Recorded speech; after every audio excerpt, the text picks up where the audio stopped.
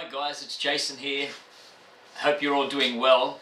Today I'm really excited actually to be sitting here in the studio of Paul Headon, who's now commonly known as Dreamscapist, who's an ambient musician and is a wonderfully talented man and plays so beautifully. And in fact, I'm going to be featuring some of Paul's music coming up. I'm already using some of his music and some of the, I think I've got some guided meditations or maybe some other. What I'll do is I'll put the links down below that I'm already using his music, but there's more of Dreamscapist music to come. So today I'm going to interview Paul and we'll get an inside look into the life of a ambient new age artist. So let's cross over to the studio and we'll talk to Paul. Stay tuned. God, I'm nervous as shit. I'm nervous, not bloody. I'm not even nervous, and you're the one interviewing. That's crazy, isn't it? Okay, guys. Hi, this is the lead up to the interview, and funny enough, I was just telling Paul I'm really nervous, and Paul says he's not even doing the interview. He's getting interviewed, and he's not nervous. So there you go. I guess this is my first interview, so let's see how it goes, eh? But anyway, welcome, Paul, and it's great to be in your studio. Thank you. And Dreamscapist studio. Yeah. Can you tell the YouTubers when did you first start playing? Oh God, a long time ago. I began piano lessons when I was about 7 or 8, and Right. I did about 3 or 4 years classical training. Not that I remember very much about it, but apparently I did. And I was taught actually by one of the local nuns. I was living in Hay. I was born and raised in Hay, which is out the river end, a long way from anywhere. Open plains, long flat open plains. It's an interesting place. But the I can remember Hay actually. I've been out that way a couple of times, and for those of you that don't know, it's seriously out in the middle of nowhere of Australia, and just flat for miles and miles. It's just a straight road too. That's it. That's Hay. Yeah. And I was like I said, I was born and raised. And but anyway, back to the lessons, the music lessons. There was this old nun, Mother Bernadette. She's a strict old thing. I mean, I'm not sure if I play all that well, but I got great hand position because she used to have this ruler, and if I raise my hand up, down come the ruler, lower down, up comes the ruler. You know, I remember the old Mother Bernadette more for the ruler than anything else. So Paul, did you enjoy actually playing back then, or was it just? I loved it. So even back then, as a child, yeah. Yeah. Oh, absolutely loved it. It was just one of those things. Mum and Dad eventually bought me a piano, and I couldn't stop playing it. But I wouldn't be playing other people's music like that. You know, okay, just obviously basic. You need to know the basics. But almost straight away, I was doodling away, just finding music, finding things. I don't know where it came from, but it was, and Mum and Dad, or particularly Mum, would be screaming out from the kitchen, just play the scales, just play the scales. And I'm going, so I'd play the regulations scales and everything, and then I'd be playing something, and then I'd just take off and just start playing something. In the end, Mum gave up. She realised, and she actually, it's a funny story, that one. She went to Mother Bernadette and said, look, my son's he's just playing. He's not playing what you said him. He just plays it. And Mother Bernadette patted Mum on the shoulder and said, "Don't worry, dear. It's all right. He has a gift. This is the way they go when they have a gift." Fantastic. Well, that was the story. Apparently that's the story Mum used to tell me. Wow. And so, did you ever feel? I mean, it was probably too early, but did you ever sense that the ambient music coming out back then, or that was way later? That came much later. Before then, I'll be honest with you, I didn't have a clue which direction I was going to take music. I wasn't good enough to play classical. I mean, I played it, but there's playing and there's playing, and I wasn't good enough for that. I didn't quite get jazz, although I do appreciate and respect it. And I remember in 1979, actually, a friend of mine had a record store over in Wahroonga, one of the northern suburbs of Sydney. And he said, I've got this album. He said, I've just listened to it. And he said, I kept thinking of you, so come and have a listen. And the album was called China. It was by the Greek artist Vangelis. and it's the first time I've ever heard music like that, and I just went, oh, I got to have this, I've got to do this, and it was, and that was a pivotal, that was very much a cathartic experience for me. So aside from Vangelis, who else have you admired along the way? Okay, good question. When I first started really listening to music, when I first started being shown how to play the piano, I used to love the classics such as Chopin, and Beethoven, Mozart, Debussy. Absolutely, I still love those guys. Rachmaninoff, of course. And do you ever just sometimes just even tinker with the best some of that? I can do is a melody, a rough melody, but believe me, it's rough and it's not very nice, and there's no way I'll play it here. Come on, give us a go. No. You don't need to hear this, and the world doesn't need to hear this. Trust me. But yeah, so that was very, very early. And then of course, with the stage of the game, the Beatles and the Rolling Stones and Jimi Hendrix, and they're all coming up into the music world as well. So during that time, did you ever join bands or anything? That happened in the 80s. Right. Yeah, I was in a number of cover bands back in the Riverina, and I went back out there, and I was in a number of cover bands, and we occasionally do a few originals, but not really much. There was actually one band I was in called Reading Faces, which is an interesting Chinese. Sing Main, I think that's the expression, which means reading faces. You can study a person and who they are and what they are and what they're about to say or what they're thinking by purely looking at their face. Interesting. That's far greater minds than mine can do that. I certainly can't. I still stare blankly at people. So Reading Faces, the band sort of went the same way as my mind, I think.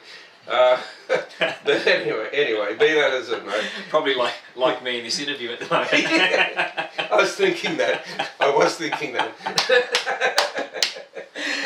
No. It's all good. So talk more on your influences, Paul, with the music. Yes. Okay. Influences really hit hard in the late 70s, early to mid 80s. I mean, it's obviously still being influenced by a lot of people, but. I remember there was just a lot of really interesting people around. There was some of them not so well known, but anyway, I remember being influenced by Weather Report, which was a jazz fusion band. Okay.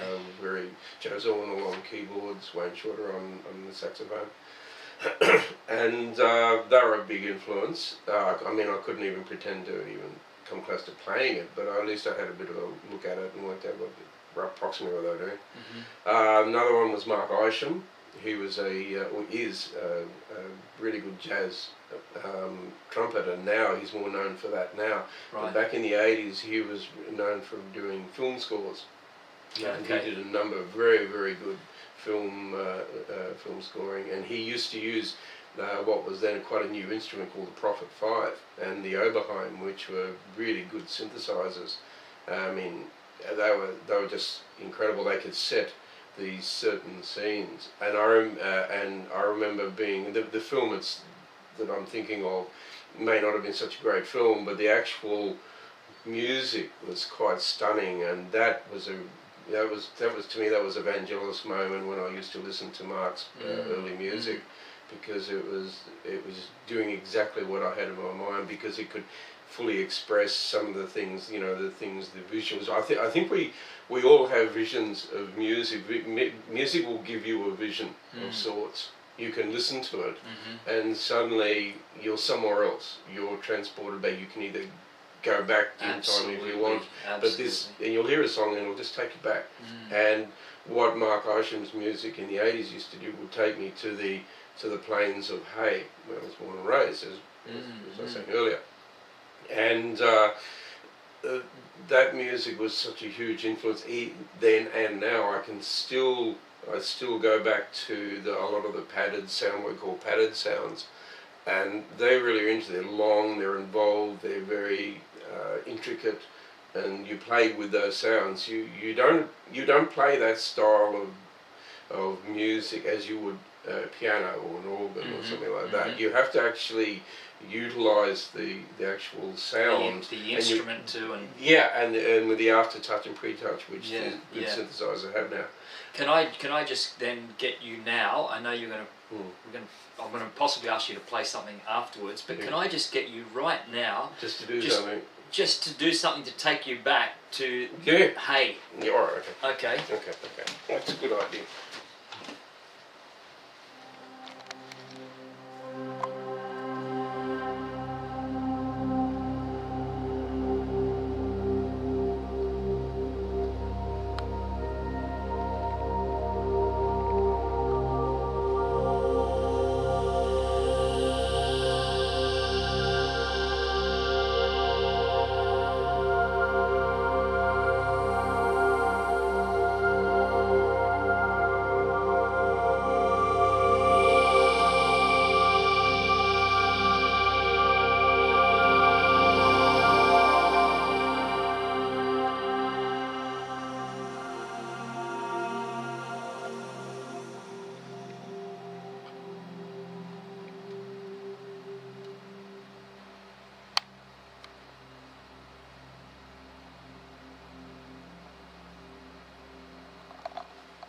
Ah, beautiful. Woohoo, woohoo. They're the sound. Thanks for that, Paul. No, pleasure.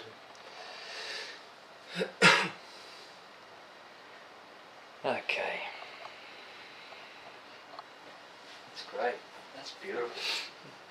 Paul, what inspires you when you go to compose a piece of ambient music? What inspires you first? Do you tinker around with a melody, or do you have a theme first that you want to begin? Okay. How does that work for you? It's all of the above. To be honest with you, sometimes you'll have a theme. For example, on a CD I put out in the early 2000s, there was a thing called Mount Warning Suite, and I just knew what it was that I was composing about. There's a beautiful big mountain range out from the Wollumbar on the far north coast of New South Wales, and I just absolutely love that area. If there's any real spiritual connection with the land, it's certainly there at Mount Warning. So it's right from the word go with that track. I knew what I was doing with it. So were you actually there at the time? No. In my mind I was. Yeah. But I mean, I'd come and go from that area a few times. So it was a connection. It was a connection. Yeah. And accordingly, it was about 7 or 8 minutes of music, and it just clicked. You know, occasionally you get it. You don't get it. I wish I could bring that feeling every time I play. But on this occasion, it was that particular one. Other ones, I'll just be playing along something, as I've always got it set up so that you can just record. You can just click the record button, and away you go. So for you now, is it a feeling thing that? Almost like, is it like a meditation within itself when you're playing? Yeah. Sometimes, where you're just so. Guided by your heart. Yeah. It's actually a lot of the times it is guided, and you don't even know where it's coming from. Yeah. There's for example, there was that piece of music that I did just recently for the YouTube Dreamscapist project, and it was called "Behold the Waters." Now I'd totally forgotten I'd even composed that piece of music. And then I listened to it, and I was listening to some old files. I mean, and I just went, oh, I'd totally forgotten about this. And then went on to where I get my clips from, and put it straight together. The whole thing was done and dusted in about an hour and a half. So that was Behold the Waters. Behold the Waters. Okay, I'm going to put a link just here right now in that box there. So you can check out Behold the Waters, because I've seen that clip, and it's amazing. It's amazing sound. Paul produces, not only the amazing sound, but he also produces wonderful clips, wonderful film clips. So so I'm going to plug that one. So Behold the Waters, you click on that link there, and you can watch the interview first, then come back, then click on it, then go back. It's involved. You'll enjoy the trip. In regards then to this being a meditation experience in itself, I guess many people think, and probably even assume, that ambient art, new age artists meditate all the time. Yeah. Okay. How is meditation for you? Is it meditation part of your life, to me, or, yeah, meditation, or is it playing itself? I think that's a form of meditation. Sure. In many respects, it's almost the ultimate meditation. Although that's probably a bit arrogant. I really shouldn't say that. But yeah, it's important. Meditation, getting to know who you are, I think is just as important. In many respects, it's probably more important than being the artist, because being the artist, being a better artist, being the artist that you want to be, is achievable if you have the calm mind, if you have the mind that can actually comprehend what you're doing and be happy with that. Because the bottom line in ambient music is not all that popular. It's popular throughout the world, but it's not all that popular where we live in Australia. So it's quite easy to become very disillusioned about the whole thing. So the confidence, the meditation, and the correct thought, I suppose you would say, that gives you the inner strength to say, no, this is the correct path. This is what I want to do. I like what you said there about that it comes from the peace within, and then and then that experience, then it flows out. Absolutely, yeah, absolutely. So you can't work the other way. No, because you tried doing calming music if you just had to fight with your wife or something. Yeah, absolutely. You can't do it, or whatever. That's just an example. But you can't do it. But you can do it if you have a calm mind, if your mind is in the right spot, and you can put that there. It is achievable. I mean, if you don't do drugs, if you don't do alcohol, I'm sorry, I'm harping. I don't mean to. But if you a glass of wine occasionally is okay. Anyway, back to that. Where do you see yourself then going in, say, the next 5 years? Do you want to keep continuing your Dreamscapist YouTube channel? Yes. Sure. I must right now thank you for all your help that you've been to me over the last 12 months. Particularly, and actually much longer than that, but particularly with the way you're describing what is possible on YouTube. Oh, you're welcome. So you've been very, very helpful. I really appreciate it. Kind of works, in a way, it works both ways. Okay, it has to. It has to. And this is what I like about, even collaboration. We're collaborating now in essence, and it's a damn good thing. Yeah, actually, I have to say just briefly a funny story here. It is about the word Dreamscapist, because I didn't just invent this. This actually, and I know. I'm glad you remembered that, Paul. That was one of my questions I was meant to ask. That's all right. I'll throw this one. On the floor. Now what are we going to do? There was a funny thing about Dreamscapist. The word Dreamscapist. I was sleeping, and suddenly I was having this incredible vision of music and being able to put together with clips that are like beautiful mountains, waterfalls, etc., etc. Anyway, and the word Dreamscapist kept appearing in my dream, as in a dream. Wow. And I got up, which is something I never do. I got up, walked downstairs, wrote out the name, went back to bed, went to sleep, and totally forgot that I'd even done it. So next morning. So that was it. That was in a dream. That came you basically to me. Got up and you wrote that. I actually physically got up. Right. Went downstairs, wrote out the thing, went back to bed, and totally forgot about the whole thing. So I'm in the next morning. I'm having a cup of coffee as you do, and I look at this word Dreamscapist. Where did that come from? And then it suddenly dawned on me. Oh, wait a minute. Actually, I wrote that. Because Evelyn didn't write it, my wife didn't write it. That's super. I'm thinking, how the hell did that happen? And that's awesome. what actually happened. So I wrote that, and the more I looked at it, and I thought, wow, this is pretty good. That was the name came to me. I didn't come to it. That's super. Went to me. I know this sounds like a really weird. It is that. And could it be too that giving that recognition to Dreamscapist is also giving recognition to something larger than yourself? Yes. So it's beyond. It's beyond me. Paul Headon. Yeah, Paul Headon's just the vessel. I'm just playing the stuff. It's coming to me, and the word seems to be perfectly suited to the style, to the genre, to the attitude, to everything that I'm trying to do. I know this sounds very strange, but no, I it accept doesn't that. sound strange at all. And that's all I know is I'm becoming better known now with that word since I've taken on Dreamscapist. And yeah. Well, Paul, thanks so much. Pleasure. It's been a wonderful interview, considering it's my first one.